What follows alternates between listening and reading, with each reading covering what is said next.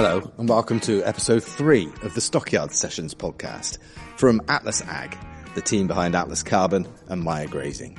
My name is Matthew Peacock. This is episode 3, the Grazing Guru. And the Grazing Guru in question is Bart Davidson. Bart is Chief Grazing Officer for Atlas, and I've travelled to Baraba to meet Bart for this episode of the podcast. I'm going to go meet him for some breakfast now. We're going to have a conversation there, and then we're going to head off to a property about 30 minutes from here.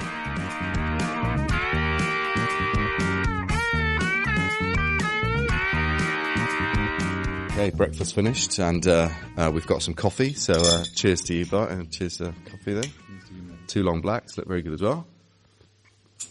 And you can hear the coffee machine working away in the background. We're just sitting in the hotel by the main street through Baraba, so no doubt you'll hear some traffic noise in the background. And we're going to spend half an hour or so with Bart now, and then we're going to head off to a property nearby and have a look around. So again, thank you for your time. I really appreciate it.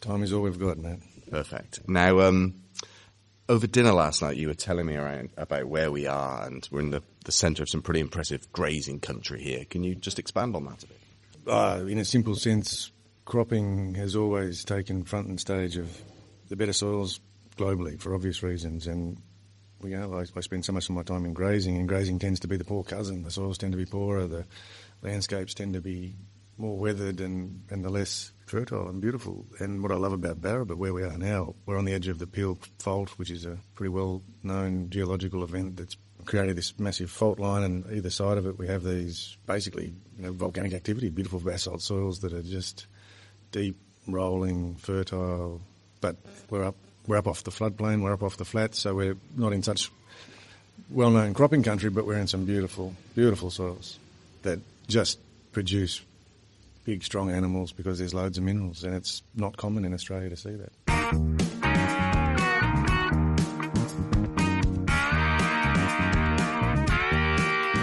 Thank you for hosting me here today.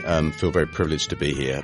Tell me a bit about your role to start with as Chief Grazing Officer. What does that look like day in, day out, and what do you enjoy about the role? Not nearly enough grazing, Matt, a lot of the time. Really, it's soils, the intersection of soils, carbon and livestock, and then that inevitably means people, right? None of that happens without people making decisions, good management, poor management, everything in between. So I guess if I step back, fundamentally my role is trying to make sense of numbers, trying to see the cycles, see the patterns, work out what good looks like. What is this set of numbers actually telling us? Are we talking about a day, a week, a graze, a paddock, a farm, a landscape, a change, a step ahead, a step backwards? What does it actually mean? What are the numbers telling us? Really pretty fortunate. It's a pretty open-ended role. Have you solved the conundrum yet? Well, there's no one conundrum. There's plenty, Matt. There's quite a few that we can work into. There are riddles all the way through the landscape, and certainly when you mix that up with people and livestock, there's more and more. Brilliant. We've got a lot of ground to cover. I want to talk more about you, the man, and your role and your career in agriculture. But importantly, I want to talk about soil carbon projects and the potential of soil carbon projects for producers to increase productivity and how they can go about doing that. So lots of ground to cover. First things first, obviously I've been stalking you as part of my prep for this. And your definition of agriculture on your LinkedIn profile, Mr. Davidson, is if you eat, you're involved. Tell me a bit more about that. I need to log in more often, Matt. I'd forgotten about that. I think that's a pretty simple. For me, that's a super simple. I'm really glad that you found that. To be honest, I wasn't sure what would be there. I had a pretty formative mentor at uni. Actually, he was a farmer that became an ecologist, that became an academic. His name was David Dumeric, and I remember where I was when he said, if you eat, you're involved. Mm. And it really just punched me in the face. So that's why I'm in agriculture, fundamentally. And it just really speaks to the heart of the whole thing. People get distracted by all the moving parts. There are a lot of moving parts in agriculture, but fundamentally, if you eat, you're involved, and there's no politics, there's no right or wrong. It's just about something that binds us all together. You described ecology as love at first sight. I think through interviews I've heard you do previously, you feel a connection with nature that perhaps other people don't. Where does that come from, and how does that manifest itself day in, day out? I can't pretend to have a different connection to other people. I think, for me personally, it is really simple. Everything's full. Nature, ecology is really the arbiter. So ecology takes over. Ecology always wins, whether it's the kitchen being a mess, mould, fungi, the backyard, the kitchen, the garden getting out of control, the spiders, the earthworms, the compost. Then you go out into the broader landscape, and then you get out into the paddock, then you get out into the entire valley. Ecology wins, and for me, it's best when it's brutal. I find that the only way to actually step back and see things for what they are is to, it's nature. Let's call it nature, but it's ultimately just removing everything else. And there we are, faced with ourselves as humans in this timeless landscape. That's what gets me. A phrase I've heard you use previously is helping the landscape find its balance, and that resonated with me. Can you explain that in a bit more detail and how you go about trying to achieve that? I actually don't recall saying that, Matt. I think maybe what I was getting at there is, when I see a farm, when I'm working with a farm, again, a farm is always a landscape. A paddock is part of the farm is part of the landscape. The farm might be the landscape. There are all these forces at play. It's gravity, it's weathering, it's erosion, it's building, it's cycling, it's intersections of energy, man-made and otherwise.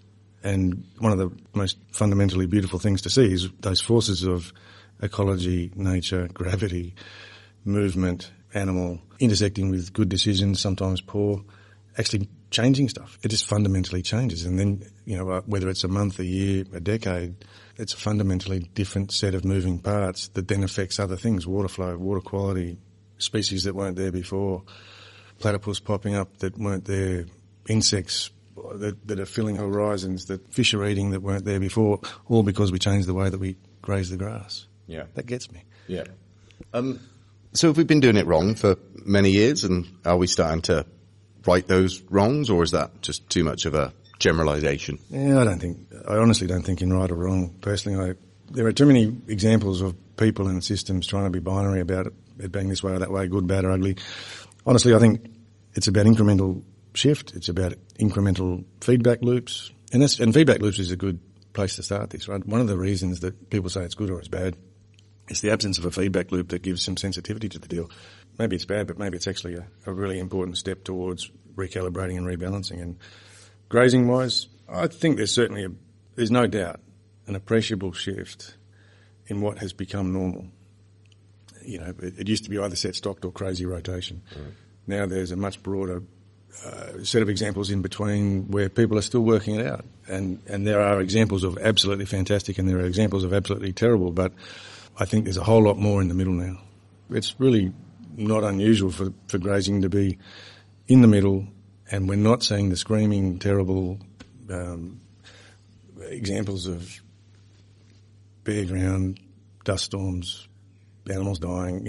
I think we've moved on from the 70s and the 80s, the drought, the victim of the drought mentality. That's really shifted. I think the bottom has come up in terms of its regard for how it manages land, and the top, those are the guys those people that are at the best of it. It's just built in. Yeah. And the focus all the time is on productivity, right? We're going to go look at a soil carbon project later, but I know that's the sort of lead for you. It's build your productivity first, and then there are other benefits that come from doing that. Yeah, it's always struck me as intriguing that we now talk in terms of carbon projects and natural capital and so on. When I go back to people that mentored me in soils and soil chemistry and grass production and grazing and cropping for that matter, and you boil it all down to the simple stuff, the mineral composition and soil health, back at a time before it was being measured for accreditation or otherwise, carbon was the best proxy we had for whether we were doing the right thing. Was carbon going up? Was carbon going down? There's all these other numbers too. And obviously production, the unit of production per hectare of whatever. But if carbon was going up whilst we were doing that, whatever it was working. Mm. And if it was going down, whatever it wasn't working. And I don't mean on Monday to Tuesday, I mean over many years. So I think that's a simplistic way of looking at it, but you don't begin with carbon, it's the outcome. It's for better or worse, it's the lagging indicator of how we've been going. Yeah. It's really hard to rig it. It's a slow moving actual substance. It's carbon. It's not a nutrient for growing grass, or it's part of so many equations, but it's just so fundamental. So production first, because that's how we get paid. Yes, we can expand on that. It's just so fundamental to me that it's not separate. Obviously, there are some naysayers around the potential of soil carbon sequestration. There's question marks around permanence.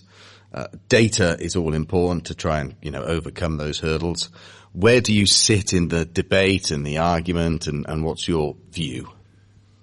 Time is a big element in this. Despite everything I just said, we're still in a young industry. Yeah. We're still in a market that is, we're in a market that is dealing with an economy that is working out how to decarbonise, some more quickly than others. So within that, time is not our friend right now, because there aren't enough years of some well-established, mature markets dealing with carbon, for example, let alone natural capital and biodiversity and the rest of it. That all evolves over time. I think it's happening quite quickly. I think it's happening quite sensibly.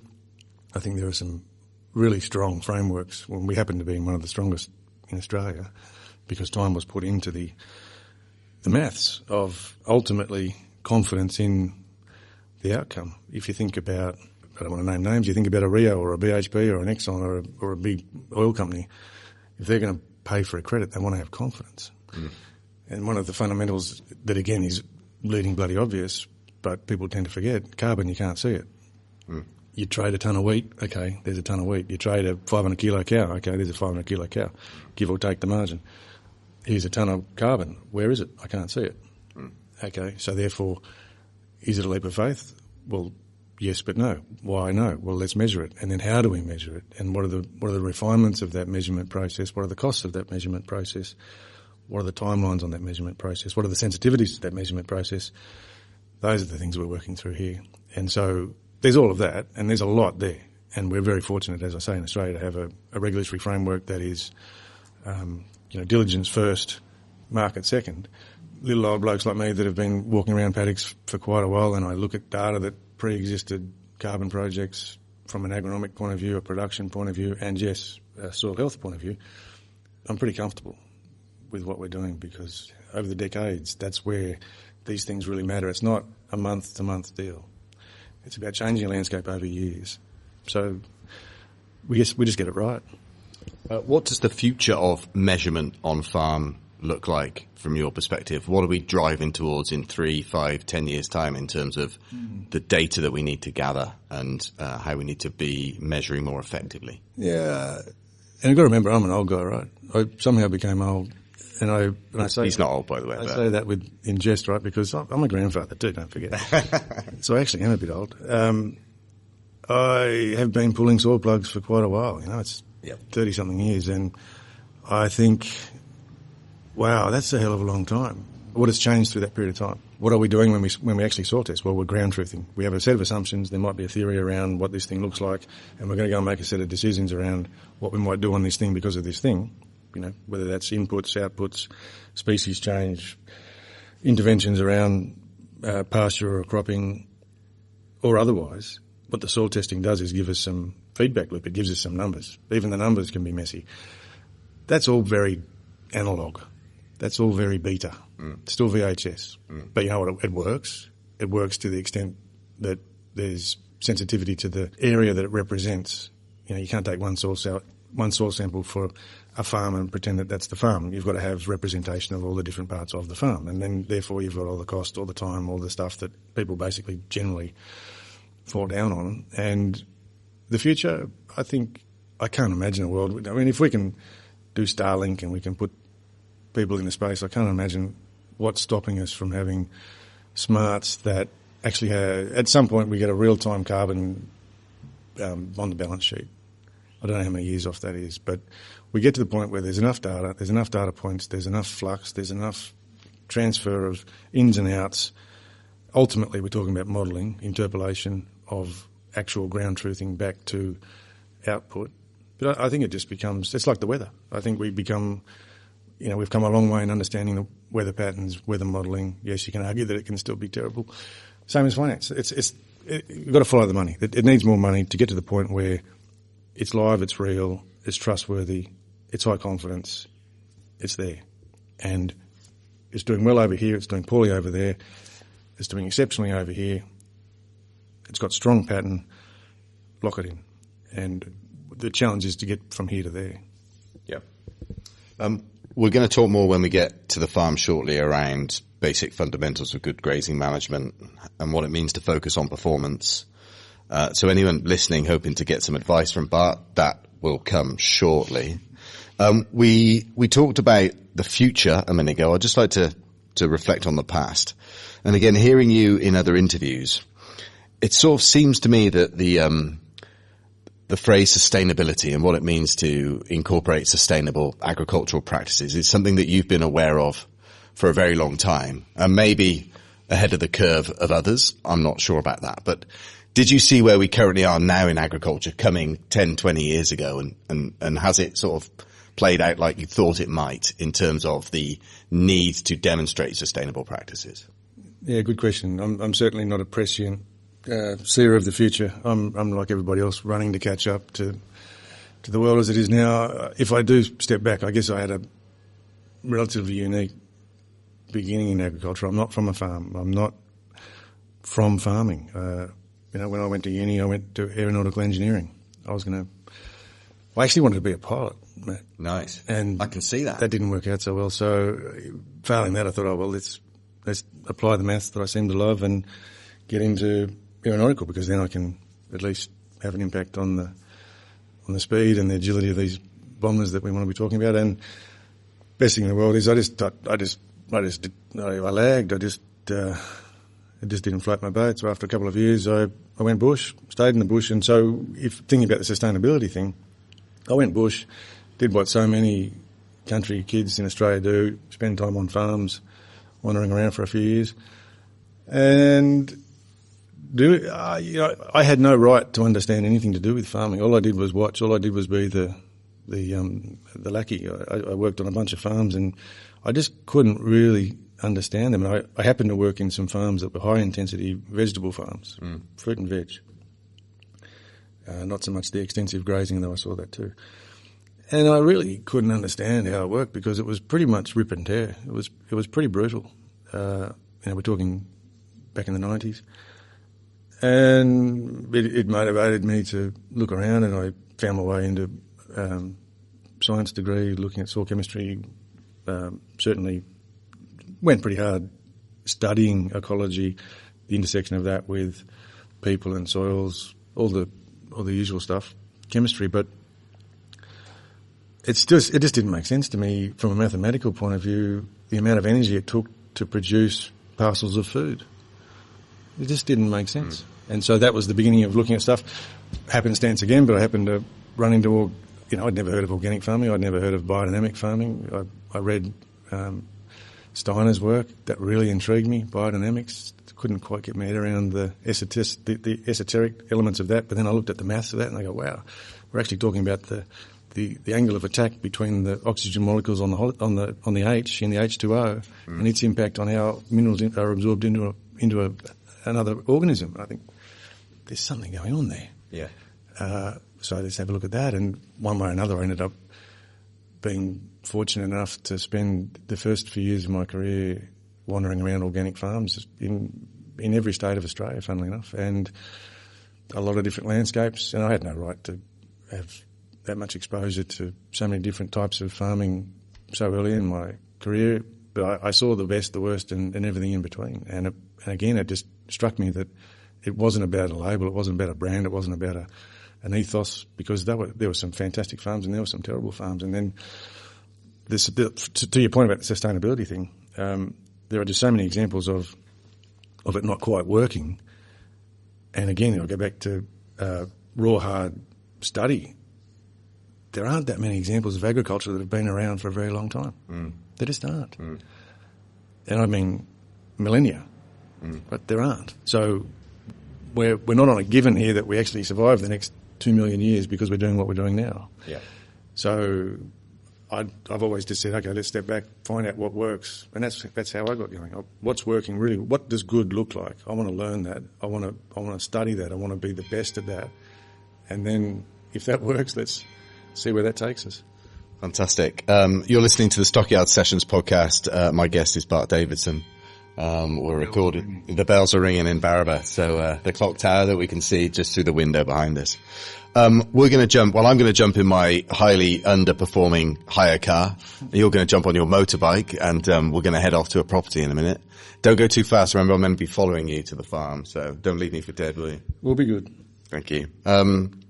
Before we leave, and the coffee's almost finished, is it then the marriage of mathematics and farming for you? And how do those two come together from someone that is terrible at maths and it's not my thing? The maths of farming, it doesn't get talked about. First off, fascinating that it doesn't get talked about. But as an entity, as a thing, farming, agriculture is data rich. It's absolutely data rich. You know, you compare it to aviation, you compare it to finance, you compare it to banking, compare it to telecoms. It's data rich. It's awesome. You know, there are so many different intersecting pieces of data on a daily, minute to minute, day to day, week to week, month to month. But you know what? It's all beta. It's all VHS. Has been. It's getting better, but it has been. And back to an earlier comment you made about time. I recall being heavily immersed in cropping, irrigated cropping. I spent a lot of time irrigated cotton, or irrigated wheat, irrigated intensive horticulture. And I spent time with a guy, David Turner, was a fantastic farmer. David and Betsy Turner really were mentors of mine. And David said to me when I was in my 20s, he had seen massive change go through the cotton industry. Enormous shift. Quickly. And as an example of change in agriculture, that was a really stark one of, some bad press to some awesome press. And we started looking at grazing, started looking at simpler systems. And he said to me that it will take 50 years for the change that you're thinking of here, and back to your sustainability point. Yeah. And I said, no, that's rubbish. It can't be. Look at the change that's going on. This is going to happen. We're at the front end of a major change going on here. He said, yeah, sure. And he'd been doing it, right? He was a guy that was doing it, not talking about it. And it's now 25 years later. And sure, greater awareness. There's a whole bunch of improvement in the way that data is generated, the way that data is amalgamated and formed up into decision making and feedback loops. It's streets ahead of where it was, but it's still way off where it needs to be. And so, the maths of farming, it's got enormous scope. And if you wanted to boil it down to what that means, for me, it's being really comfortable and confident with what great looks like, and then what does poor look like. And that might be in a paddock, it might be in a comparison of a group of paddocks, it might be in a CEA of a carbon project, it might be in a part of the valley, part of the farm, or the whole landscape. And what's generally missing is that sense of context. Most people really, a farm is generally, it's highly uncommon for a farm not to have more variation within it than the variation with the farm next door. Sure. Right, that's crazy. And what will typically happen is that, the family that owns the farm understands the variation on their farm. They're very familiar with the good. They tend to forget the poor. They work with the bits in between, whatever that might look like, whatever area that is.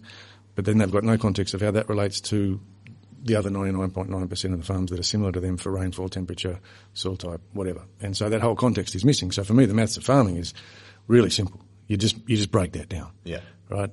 Why wait 2 or 3 generations to understand why this part of the farm does really well and that part of the farm does really poorly? Let's build some metrics around it. And those metrics are there. They're not difficult to roll out. And so that's what the maths of farming means to me. Context so that I have confidence to make decisions, and I being the people that are doing this stuff, not the royal we, though I do love making decisions, to do it with confidence, and then have a feedback loop that says, you know what, you nailed it, or you know what, you're 10% off. That's cool. You know what, that was a big fail, but let's fail fast if we're going to fail. Let's find out fast. Let's reset, course correct, boom, baby. And so that to me is the maths of farming. And people have always kind of felt that it's devoid of numbers, but they're everywhere. Yeah. How interesting. Look, finally, before we do head off, I just want to talk about the relationship that you build with producers. Obviously, there needs to be a level of trust there. You're a consultant. You're advising them. You're giving them information. You're sharing knowledge. Is that a really important part of your job as well, building those relationships with farmers and having those trusted and open conversations about where things are going right, where things are going wrong, how you can improve in the future? You know, that's not an easy thing to do. And I think you're either a sort of natural relationship builder with people or you're not. So where do you see yourself in that area? Good question. You know, a lot of people will tell you that I'm someone that loves not to be around people. I'd much rather be in a cave somewhere thinking about numbers, which is true too, or hiking a river or climbing a mountain. Yeah. But be that as it may, another saying I have that I've always gone back to, people are people through people, and whilst I talk about numbers and maths and landscapes and all the rest of it, our landscape is the outcome of people. It's the outcome of decisions and management. Yeah. You know, a paddock is the result of 1,000 stories that have happened through time. So I need to work with people, and I actually do enjoy that. And typically the reason for that is that people care. Right? It's not happenstance. It's not I'm going to buy a red car versus a blue car, and that's the kind of car I like. We're talking about people that have an intrinsic, deep love and understanding to different levels of the country that they manage. Whether they own it, whether they lease it, whether they inherited it, whether they bought it. It's a pretty deep connection. And again, it's one of the unique elements of agriculture versus all those other industries. And so for me, I don't see myself as a chemist disposal or a GP. You know, I think there's all sorts of that kind of stuff in farming which is necessary. You know, I have a problem, what's the answer? I have a problem, what's the answer? I have a problem, what's the answer? And then they get the dispensary and the script says, put on 10 units of that, put on, do X, Y, Z over there. Yeah. Do X, Y, Z over there, keep going. And I've never been comfortable with that, although I've done plenty of that because that was part of the role for many years as well, and a good learning exercise as well. That doesn't solve problems. It's really just propagating forward whatever we're doing right now, but with a different colour or a different texture. And for me, the people thing, it's about finding the envelope. People generally know what they need to do. People generally have a good sense of what the deal is because it's just so important not to get it wrong. What they're looking for then is the envelope. Where's the sensitivity? Where's the point at which if I go past that, I actually achieve a meaningful change? Or if I'm underneath that, I'm just poking along and I'm going to be here for another 10 years with no change. And so my role is to help point that out. It has to be principle-based, has to have a framework for me to understand it, for me to work with it. Otherwise, you're shooting from the hip and it just doesn't work. Yeah. So build the framework, and then people can relate to a framework because they can remember what the rules of that framework are, or the thinking within that is, what's the logic of that, to then have confidence and familiarity themselves with their own processes. And that's one of the most rewarding, fulfilling elements of anything that we can do, is to see people take ownership over decision-making that drives the farm that is their life, that is their business, because they've got stronger systems, and you help contribute to that because they've got and there's no end of them. We might pretend, but we're actually just contributing to elements of that. Sure. in the greater scheme of a farm. Yeah. And so I think it's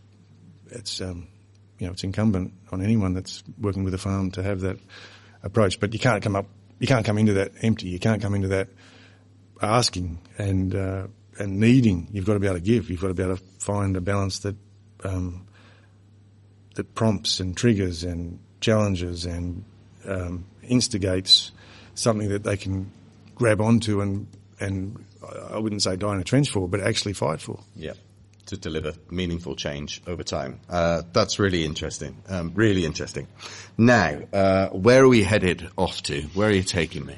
Well, we've just had a couple of days at a beautiful set of farms, Yarrandaby, around halfway between Bingara and Barraba, and seen heaps of that. There's a recent baseline at Castletop with Scotty Michelle that is to our northwest that I haven't seen for a while, and I'm stinging to see it actually. Post baseline is one of my favourite junctures to go and visit a farm and see where we're at, how's it going, what's happening, what's not happening, why, what's it look like. Great. I'll look forward to getting your views on all of that when we arrive. Thank you. Great. Thanks, Matt.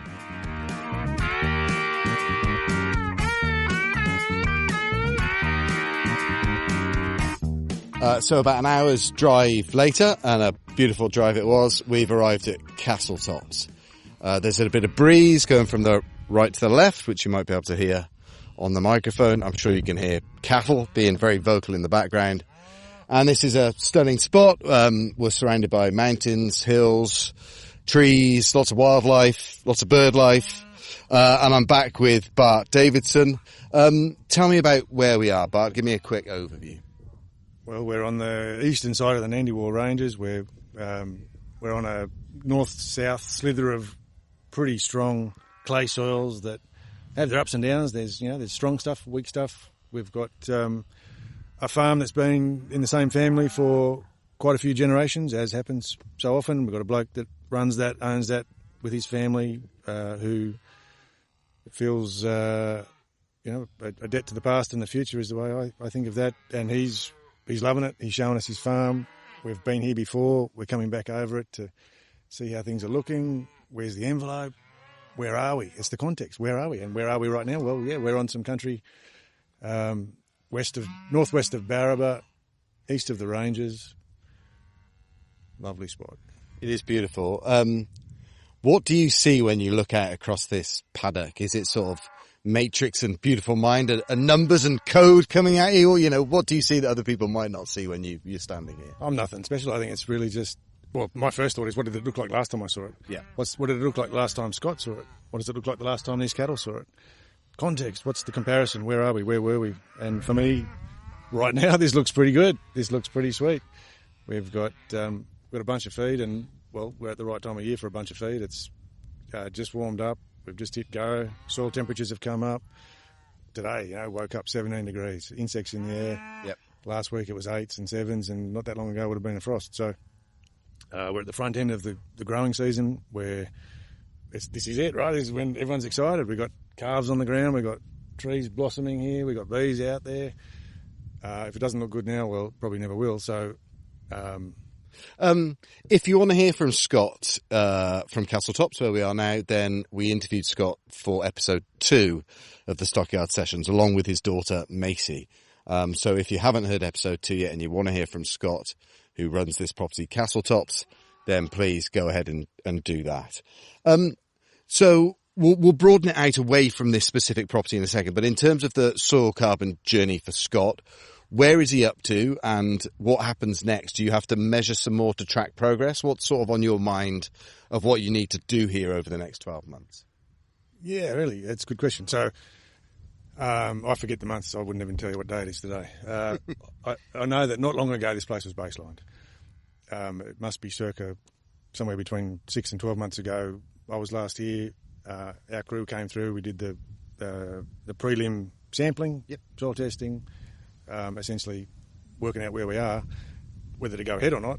And since then, Scott's baseline, which is a big deal, get the baseline done, get it all squared away, tick that box, get registration sorted, have all the numbers right, and then get stuck in. And Scott was always one of those guys, his archetype is, eager beaver.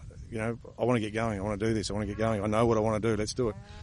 What does it look like? Well, we were just talking with him then about rolling out some infrastructure, and that can certainly differ from farm to farm and different parts of different farm to different farm. But for Scott, it was really simple, right? Let's get some waters in. Let's get some fences in, water and wire, and then get stuck into the grazing, because he recognised that he didn't quite have that where he wanted to be. Unfortunately, that became the eligible activity. So that's pretty cool. But in terms of numbers, baseline would have been the last big one. And in terms of what I want to see, personally, it's not about right or wrong. It's actually just a chance to check in on the momentum. Is there some? What's the trajectory? Have we got something that's looking like moving the needle? What does moving the needle look like? Are we talking 5%? Are we talking 50%? What's the envelope that we're working in here? And season has a big influence on that. And here we are. It's a cracking time of the year. Things look pretty good. We've got a lot of grass. Got to be pretty conscious of that. So it's not about whether the grass looks good or whether the country's in good state. It's more about what are the decisions that are being made. I'm listening to Scott. How does he describe stuff? What language does he use to think about what he's doing? Has that changed since we first started talking to Scott, because that's a pretty key element of all of this. How you communicate, how you think about you being him. How does he think about the exercise of going from A to B to C to D through the farm to harvest this spring feed? Yeah. I'm after some essence of what that sounds like and what that looks like, and what does that come through in numbers. Is it too early? Probably is for a few numbers.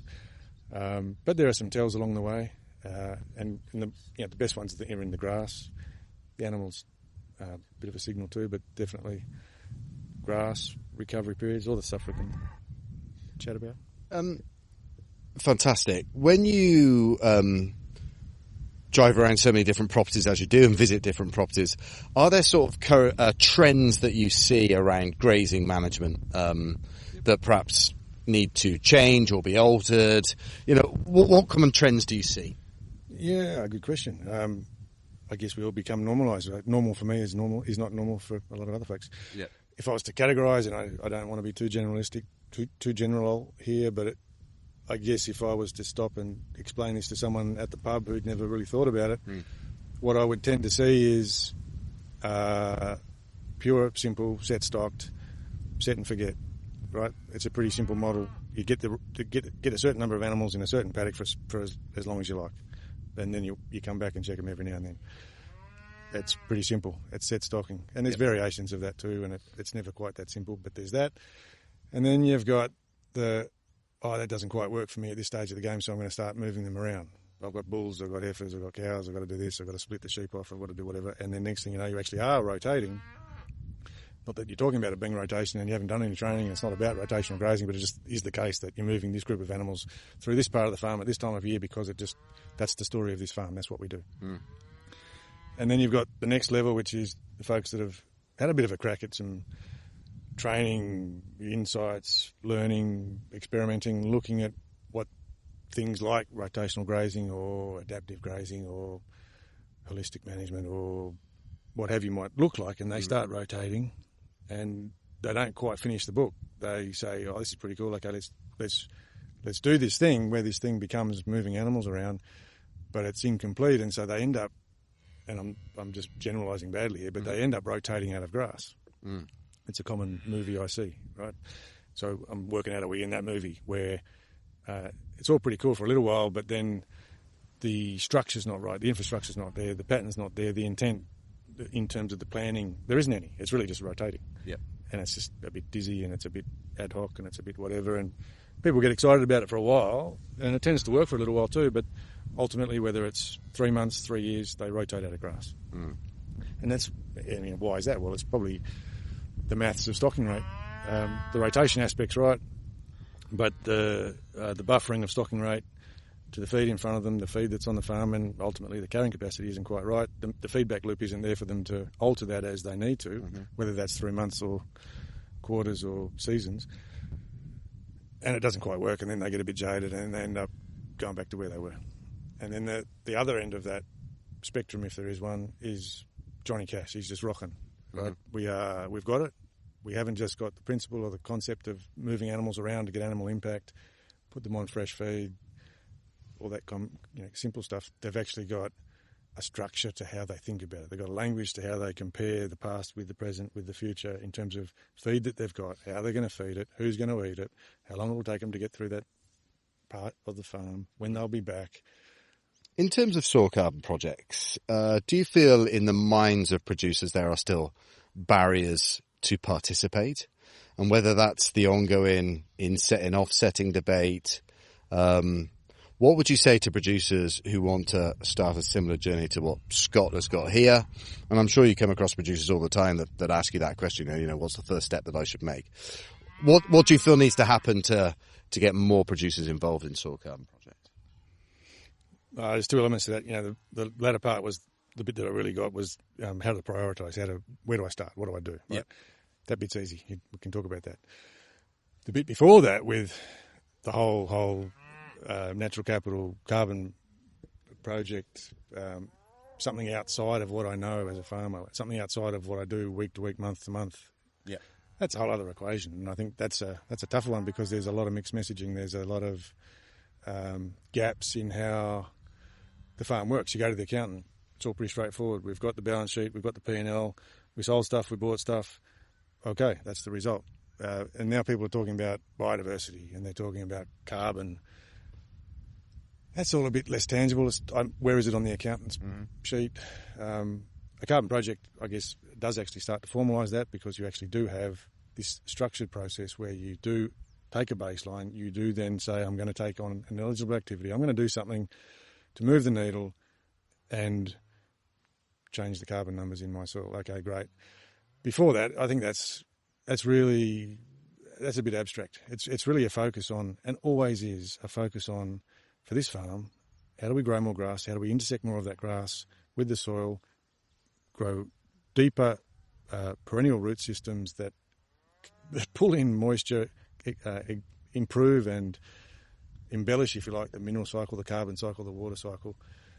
Then you start talking about the rest of it. Because if you don't, I just feel like we're having the wrong conversation. We're trying to materialise and monetise and articulate something that is a bit intangible. It has to be, on this farm, how can we do a better job of whatever it is that we are converting into a product that someone wants to buy, that improves, increases, embellishes the water, mineral, carbon, mineral cycle, and then we're on the right track. Otherwise, it just gets confusing. Yep. Well, the process that tends to come out of the carbon prelim, we call it the prelim viability assessment. We come in agnostic.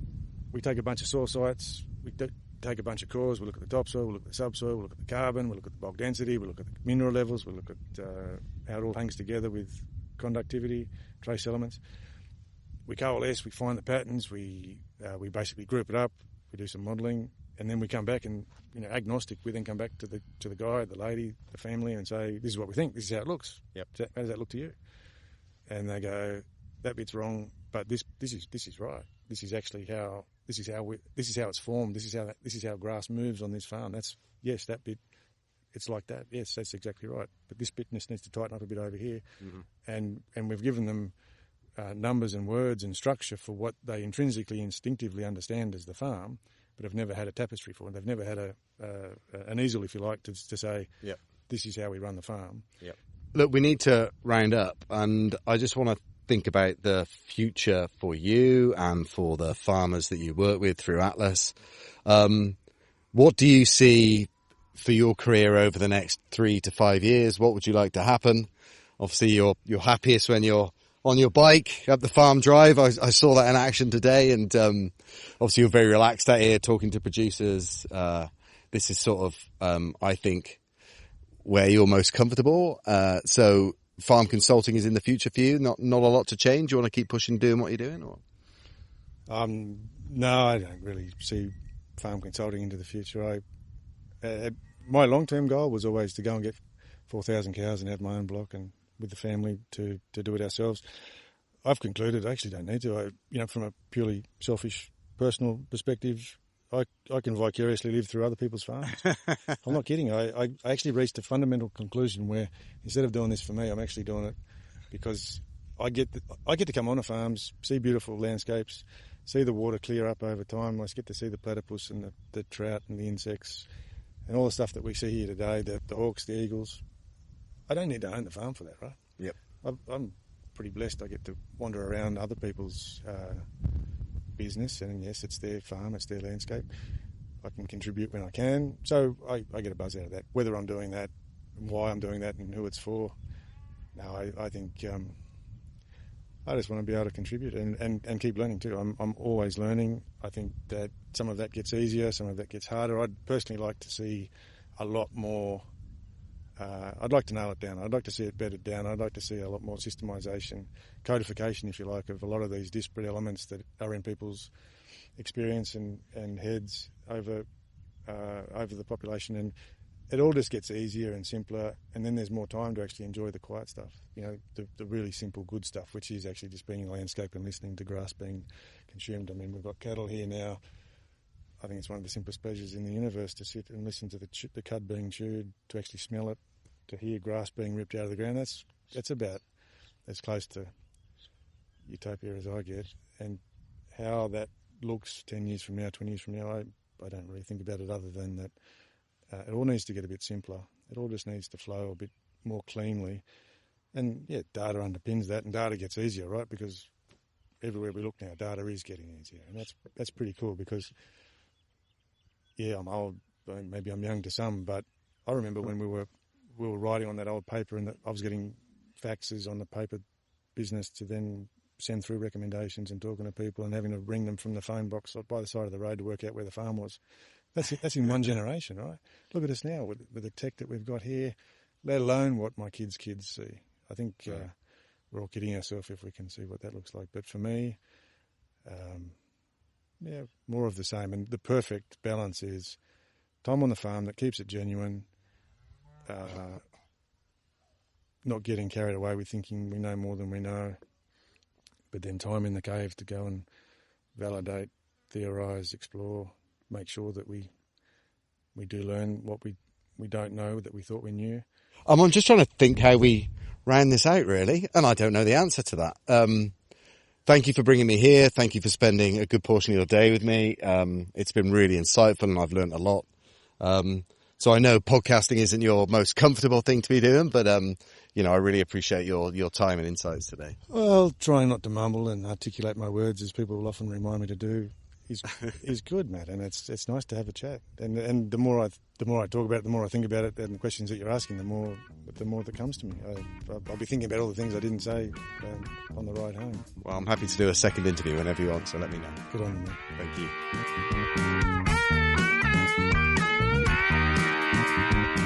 To learn more about how Atlas Carbon helps graziers investigate their soil carbon potential, visit the Atlas Carbon website.